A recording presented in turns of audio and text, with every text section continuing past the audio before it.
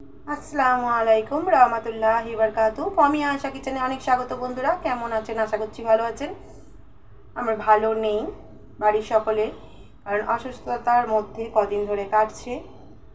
খুবই অসুস্থ, পারছি না, ভয়েস দিতেও একটু অসুবিধা হয়েছে।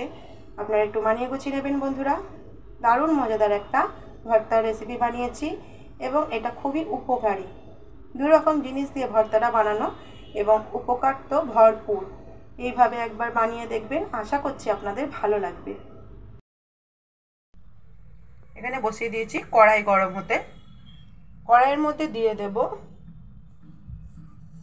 কালো জিরে। আমি 4 চামচ কালো জিরে নিয়েছি। কালো জিরেটাকে আমি কড়াইয়ের মধ্যে, শুকনো কড়াই, আমি একটু ভেজে নেব।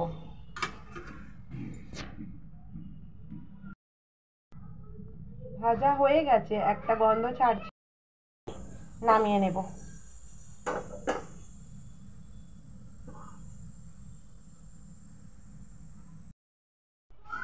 এখানে নিয়েছি শাক, সজনে শাকগুলোকে এক আঁটি নিয়েছিলাম। আমাদের এখানে আঁটি হিসেবে বিক্রি হয়, তা আমি এটাকে ভালো করে পরিষ্কার করে ধুয়ে নিয়েছি, ছাড়িয়ে নিয়ে পাতাগুলোকে নিয়ে নিয়েছি। এবার আমি কড়াইয়ের মধ্যেই দিয়ে দেব সজনে শাকটা। কারণ আমি একটু অল্প লবণ দিয়ে ভাপিয়ে নেব।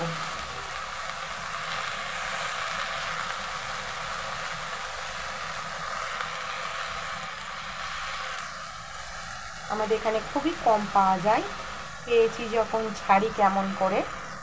এত উপকারী একটা শাক। দিয়ে দেব লবণ।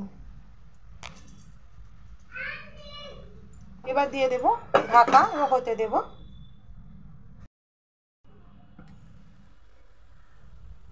ঢাকনাটা খুললাম প্রায় 10-12 মিনিট পর। আমি একটুও পানি দিইনি, লবণ দিয়ে যে পানিটা বেরিয়েছে সেইটা দিয়ে সুন্দরভাবে ভাপিয়ে নিয়েছি। এবার আমি নামিয়ে নেব। সজনে শাক সেদ্ধটা নামিয়ে নিয়ে কড়াইটা বসিয়ে দিলাম পরিষ্কার করে। এবার দিয়ে দিলাম সর্ষের তেল, পরিমাণ মতো সর্ষের তেল দিয়ে একটু গরম করে নিলাম। দিয়ে দেবো শুকনো লঙ্কা। আমি শুকনো লঙ্কা কম ইউজ করি, তার জন্য আমি একটাই দিয়েছি, একটাকে ভেজে তুলে নেব। এই তেলের মধ্যে দিয়ে দেব রসুন।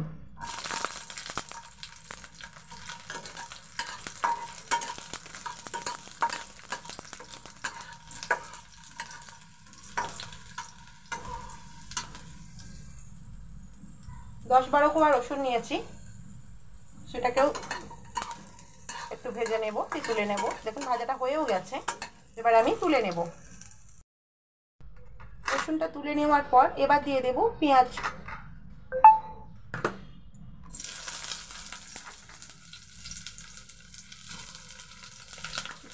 দুটো ছোট সাইজের পেঁয়াজ দিয়ে দিয়েছি এবং দিয়ে দেবো 3টে কাঁচা লঙ্কা।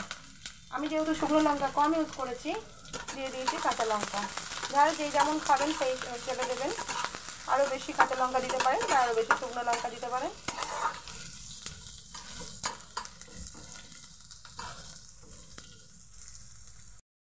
পেঁয়াজটাকে দেখুন আমি এইভাবে ভেজে নিয়েছি। এর মধ্যে আমি দিয়ে দেব 2-4টে চিনি। আপনারা যদি চান দেবেন, না চাইলে একদমই দেবেন না। সকলের যে পছন্দ হবে তা না, আমি একটু পছন্দ করি, তার জন্য দিলাম। আর আমার লঙ্কাগুলো খুব ঝাল, কিন্তু এই মিষ্টিটা দেওয়ার জন্য কোনো রকম কোনো মিষ্টি হবে না, কিন্তু ভর্তাটা খেতে খুব সুন্দর লাগবে। এই পেঁয়াজটাকে আমি একটু গ্যাসের ফ্লেমটা জোর করে ভেজে তুলে নেব। শাকটা নিয়েছি আর রসুনটা, এটা মিক্সার জারের মধ্যে ভরে নেব।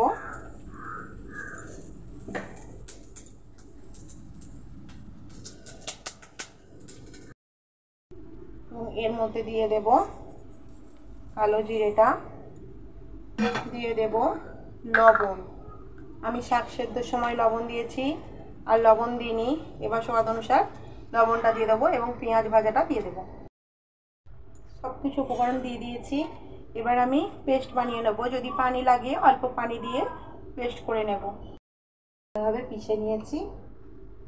এবং একটা প্লেটের মধ্যে নিয়ে আপনাদের একবারেই দেখাচ্ছি। আর অল্প একটু পানি দিয়ে পিষেছি, নাহলে পেশা যাচ্ছিল না। এখানে আমি দিয়ে দিলাম অল্প পরিমাণ সর্ষের তেল, আর ওপর থেকে রাখলাম শুকনো লঙ্কা। আমি যখন খাবো তখন এই শুকনো লঙ্কাটাকে ভাতের মধ্যে মেখে খাবো, লবণ দিয়ে একটু ঘষে নেব। তো আপনাদের কেমন লাগলো জানাবেন, ভালো লাগলে লাইক শেয়ার কমেন্ট করে আমার পাশে থাকবেন।